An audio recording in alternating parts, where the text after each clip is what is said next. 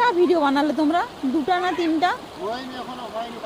এখন সূর্যের লাইটে থাকতে থাকতে বানাও, সূর্যের লাইট চলে গেলে কিন্তু অসুবিধা হবে।